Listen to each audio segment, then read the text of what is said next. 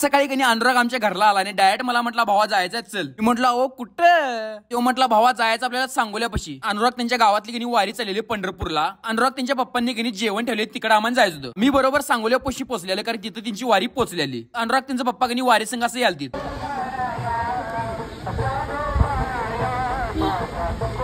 पारकी मुलं बघा कशी नाचल्यात शाळेत ना डायरेक्टच.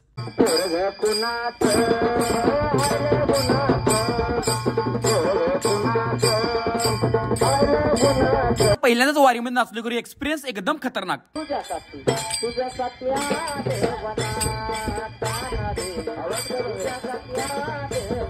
वर्षी तर काय जमलं नाही खरं. पुढल्या वर्षी मी नक्की पायी जाण्याचा प्रयत्न करेन. पुढ्यात अनुराग इकडे दही काढून गेलता. जेवायच्या अगोदर पहिल्यांदा अशी आरती करून घेतात बघा. एका हातात मोबाईल आणि एका हातानं असं टाळ्या वाजवतो. आता टाळ्या लावती मी काय तर म्हंटलो त्याच्यावर तिने उत्तर कसलं भारी दिलीत बघा.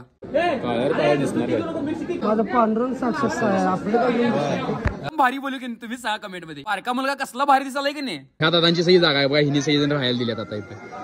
मध्ये काकडी लाडू भाकरी होती, दही खरडा होतं, मट्टी वांग्याची भाजी. पैसेवर देतानाच मला तोंडाला पाणी सुटाले. पण असलं क्वालिटी लागलं एकदम शेवटमध्येच. बरोबर 4 भाकरी खाल्ल्याने या सगळ्या मुलांनी पण जीवन घेतलीत बघा. सगळ्या आवरून घरला यायला चालू केलं. व्हिडिओ नक्की लाईक कमेंट शेअर जाताना भावाला फॉलो तेवढं करा.